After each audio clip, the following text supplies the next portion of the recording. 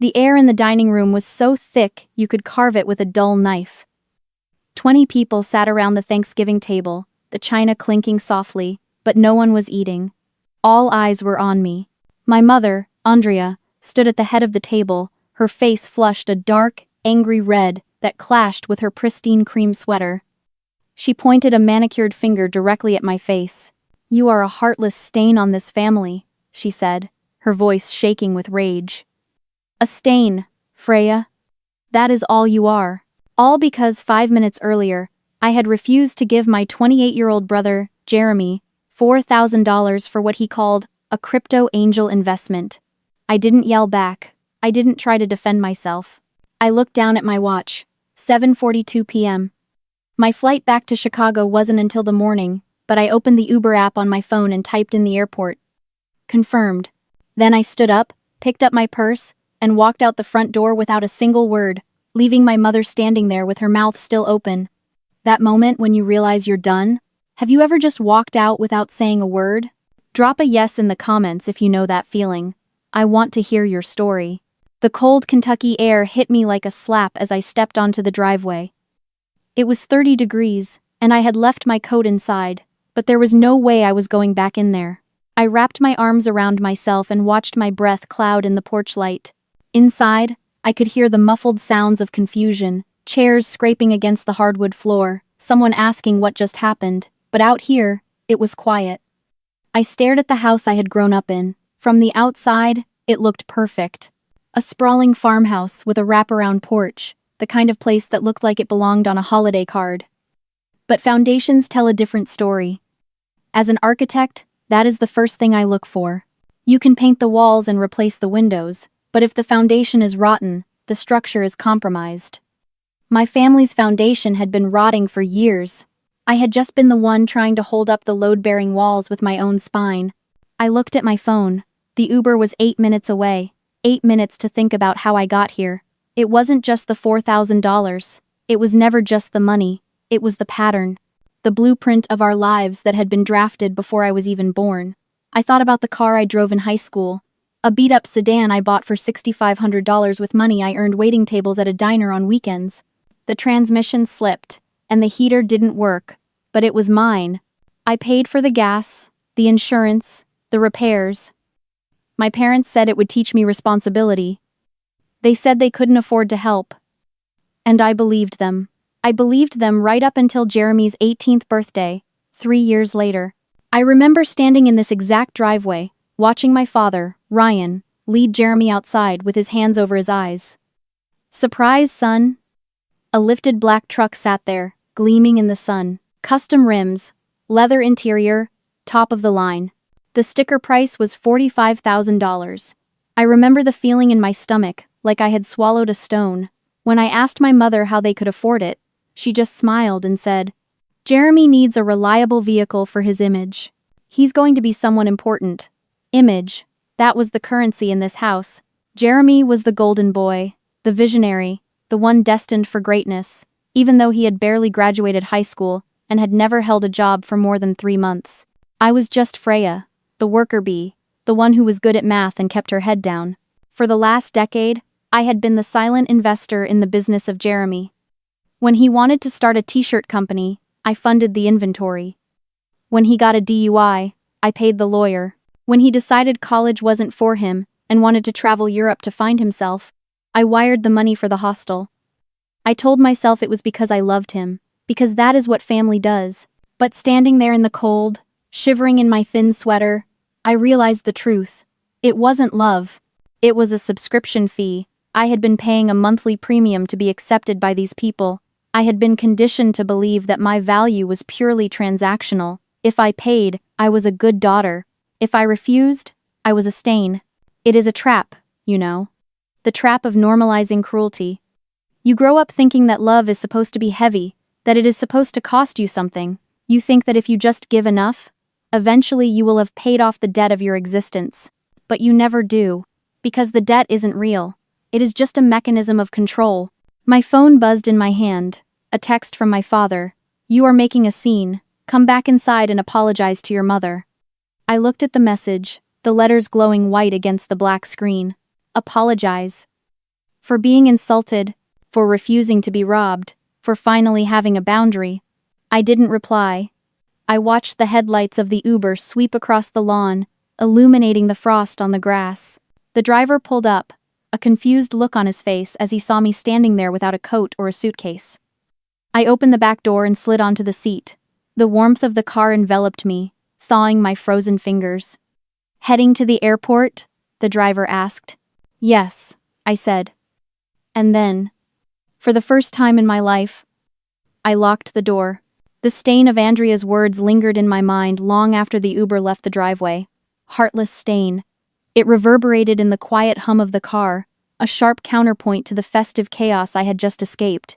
My phone buzzed again. Jeremy this time. "Where are you going? You're ruining Thanksgiving." I blocked his number without a second thought. The airport was a blur of security checks and gate announcements, a stark contrast to the suffocating intimacy of the family dinner. As I boarded the plane to Chicago, I felt a strange lightness in my chest, a physical unburdening. It wasn't relief, exactly, not yet. It was simply the absence of weight. Back in my Chicago apartment, the silence was absolute. No screaming, no demands, no passive-aggressive comments about my career choices or my lack of a husband, just the hum of the refrigerator and the distant city sounds. I poured myself a glass of wine and stood by the window, looking out at the city lights. This was my life now. Quiet, controlled, mine. I thought about the investment Jeremy had demanded, $4,000. To him, it was play money.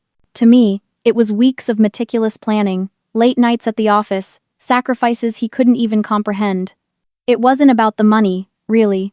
It was about the expectation that I existed solely to fuel his delusions of grandeur. The next few days were a blur of work and solitude. I threw myself into the skyscraper project, finding solace in the clean lines and precise calculations of architecture. Every beam, every joint, had a purpose, a logic that my family lacked. But the silence from Kentucky grew louder with each passing day. It wasn't a peaceful silence. It was a heavy, expectant one. They were waiting for me to break, to apologize, to return to the fold. I felt the phantom limb of my family, a dull ache where a connection used to be. It was a physical sensation, a tightness in my chest that wouldn't go away. Then came the call from the loan officer. I was in the middle of reviewing blueprints when my phone rang. "Miss Freya? We have a problem with your mortgage application." My heart stopped. A problem? I had impeccable credit, a substantial down payment. "There is a significant auto loan on your credit report," the officer explained. $52,000. It is currently in default. The room spun. $52,000? I drove a 5-year-old sedan I had paid for in cash. "That is impossible," I stammered. "I don't have an auto loan." "It is right here," the officer insisted. "Co-signed by you 5 years ago. For a Ford F-150. A truck. Jeremy's truck. The one he had strutted around in like a peacock. The realization hit me with the force of a wrecking ball. My parents hadn't just enabled Jeremy, they had stolen from me to do it. They had forged my signature, used my good name to prop up their golden child. The toxic family dynamic had just crossed the line into criminal betrayal. I hung up the phone, my hand trembling. This wasn't just a family dispute anymore. This was war. I didn't scream. I didn't throw my phone across the room. I didn't even call my parents to demand an explanation. Asking why implies there is a rational answer, a misunderstanding that can be cleared up with a tearful conversation. But forgery isn't a misunderstanding. It is a felony.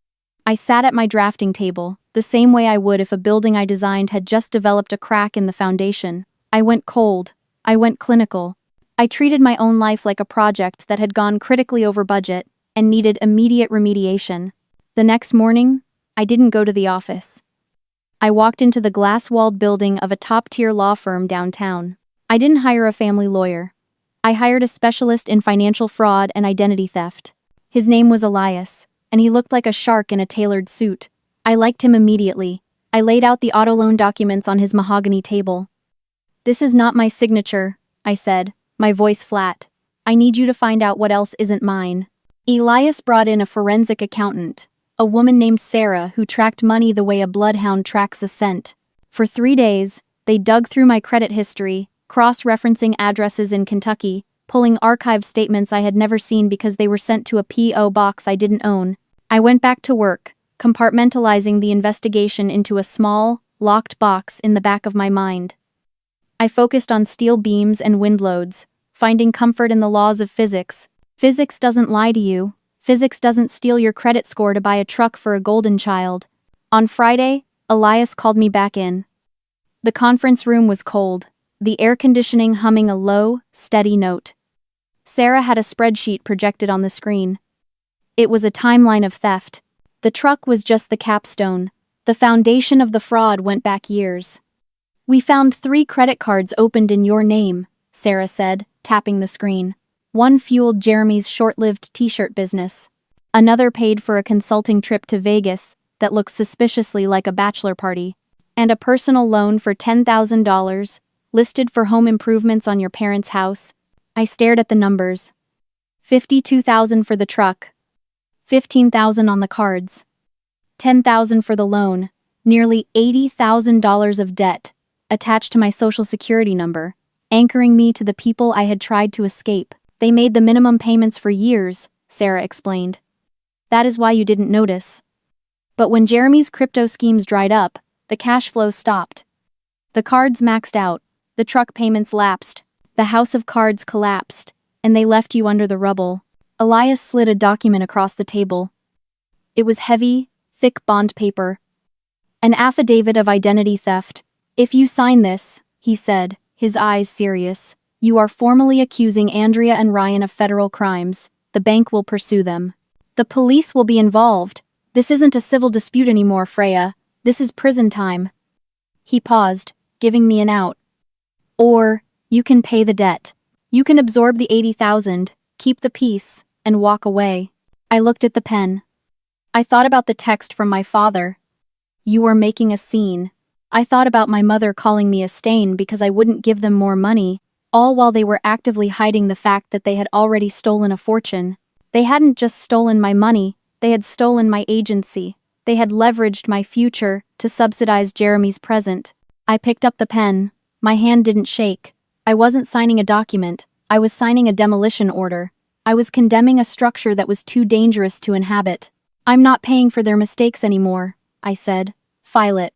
I signed my name, my real signature, sharp and angular, right next to the wobbly, forged imitation they had used to rob me. I put the pen down. I wasn't their daughter in that room, I was the prosecution.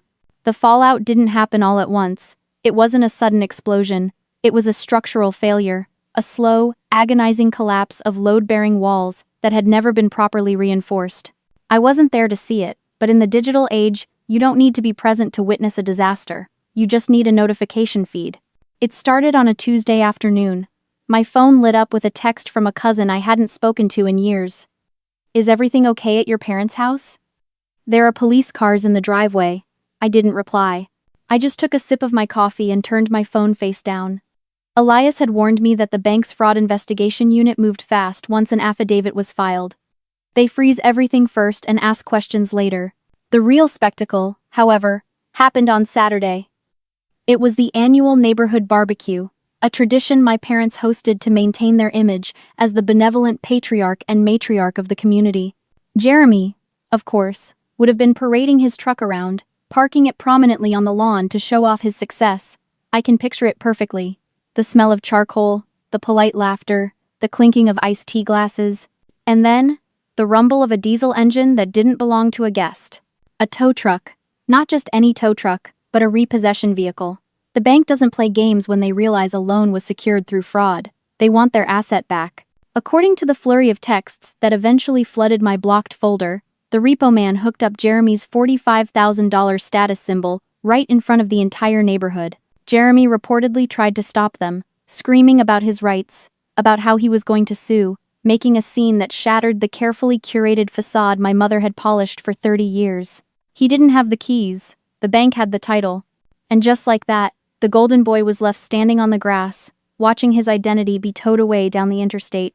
Then came the financial freeze. My mother went to the grocery store to buy more ice for the party, and her card was declined. Then the backup card, then the credit card.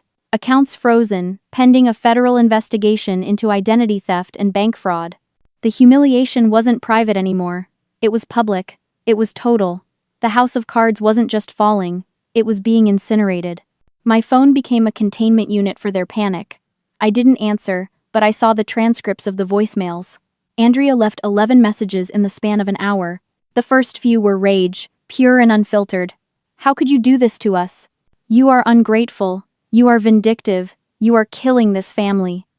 Then, as the reality of the frozen assets set in, the tone shifted to a terrifying, weaponized weeping. Freya, please. Your father's heart condition. You're going to give him a heart attack. We can fix this. Just call the bank. Tell them it was a misunderstanding. We'll pay you back. We promise. A misunderstanding. Forging a signature on federal loan documents isn't a misunderstanding. It's a crime. Promising to pay me back with money they didn't have, from accounts that were now frozen, was just another layer of the delusion. Jeremy's texts were less sophisticated. You think you're better than us? You're nothing. You're just a jealous bitch. Fix this, or I'm coming up there. I forwarded that one directly to Elias. It went into the file marked evidence of intimidation, right next to the credit card statements and the forged loan application. I sat in my apartment, watching the sun set over Lake Michigan. I thought I would feel guilty. I thought the programming of my childhood, the mandate to protect the family image above all else, would rear its head and make me reach for the phone to save them. But the guilt didn't come. Instead, I felt a strange, cold clarity. I wasn't destroying their lives. I was simply stepping out of the way and letting the consequences they had been dodging for decades finally make impact. I was no longer the buffer, I was the witness, and for the first time, I wasn't afraid of the wreckage. The next morning, the confrontation I had anticipated finally arrived, but not over the phone. My receptionist buzzed my office line, her voice tight. Miss Freya? Your mother is in the lobby. She's insistent. I told her to send Andrea up. I didn't want a scene in the lobby where clients were waiting. I wanted this contained. Andrea stormed into my office like a localized weather event. She was wearing her Sunday best, a pastel suit she usually reserved for church or court dates, but her hair was fraying at the edges, and her eyes were wild. She didn't even look at the view, the sweeping panorama of the city I had helped design. She only saw me. Drop the charges, she demanded, slamming her purse onto my glass desk. Right now, do you have any idea what you've done? The neighbors saw the tow truck. The pastor called about the frozen tithe check. We are ruined. I sat behind my desk, my hands folded on top of a set of blueprints. I didn't stand up. I didn't raise my voice. I just looked at her. I didn't ruin anything, Mother, I said, my voice calm, professional. I filed a report for identity theft. If you hadn't committed identity theft, there would be no report. We did what we had to do, she shrieked, her composure cracking. Jeremy needed help. He is your brother. We are a family. Families help each other. We raised you to be generous, to be kind, and look at you sitting in this glass tower, cold as ice, destroying the people who gave you life. She was playing all the hits. The guilt, the obligation, the rewriting of history, where theft was reframed as help. I stood up then. I walked around the desk and stood in front of her. I wasn't the teenager begging for gas money anymore. I was a woman who managed multi-million-dollar budgets and structural integrity for skyscrapers. You didn't raise me to be generous, I said. You raised me to be a resource. You raised me to be a wallet for Jeremy, and when the wallet closed, you decided to just steal the contents instead. I picked up a file from my desk, the forensic accountant's report Elias had prepared. It detailed every dollar, every date, every forged signature. I handed it to her. This isn't a family dispute. This is a ledger. You stole $80,000 from me. You risked my credit, my career, my future, so Jeremy could drive a truck he didn't earn and play businessman with money he didn't have. She flipped through the pages, her hands shaking. She saw the evidence laid out in black and white, undeniable. We would have paid it back, she whispered, her voice losing its steam. Eventually. With what money? I asked. The money you don't have? The money you were going to borrow from me at Thanksgiving? I shook my head. It's over, Andrea. The bank has the affidavit. The police have the report. It is out of my hands. And honestly, even if I could stop it, I wouldn't. She looked at me then, really looked at me, and I saw the realization dawn in her eyes. The power dynamic had shifted irrevocably. She had no leverage. No guilt trip could fix a felony. She was standing in my world now, a world built on facts and consequences, and she was entirely unequipped to survive in it. "You're hateful," she spat. But it was a weak, desperate sound. "You're a hateful, selfish girl." "I'm an adult," I corrected, "and I'm done paying for your delusions." I pressed the intercom button on my desk. "Security, could you please escort a guest from my office?" Andrea gasped. She looked around as if expecting someone to jump out and tell her it was a joke. But 2 uniformed guards appeared at the door a moment later. They were polite but firm. "Ma'am? This way, please." She looked back at me one last time as they led her out. There was no rage left, just fear. The fear of a person who realizes the illusion of power in the empty wallet. They had ruled my life because they held the purse strings of affection, but the moment I stopped buying what they were selling, they were bankrupt. I watched the elevator doors close on her face. Then I went back to my desk, picked up my pen, and got back to work. If you've ever had to demolish a rotten foundation to build a better life, hit that subscribe button. Share this story with someone who needs to know it's okay to walk away. Thanks for watching.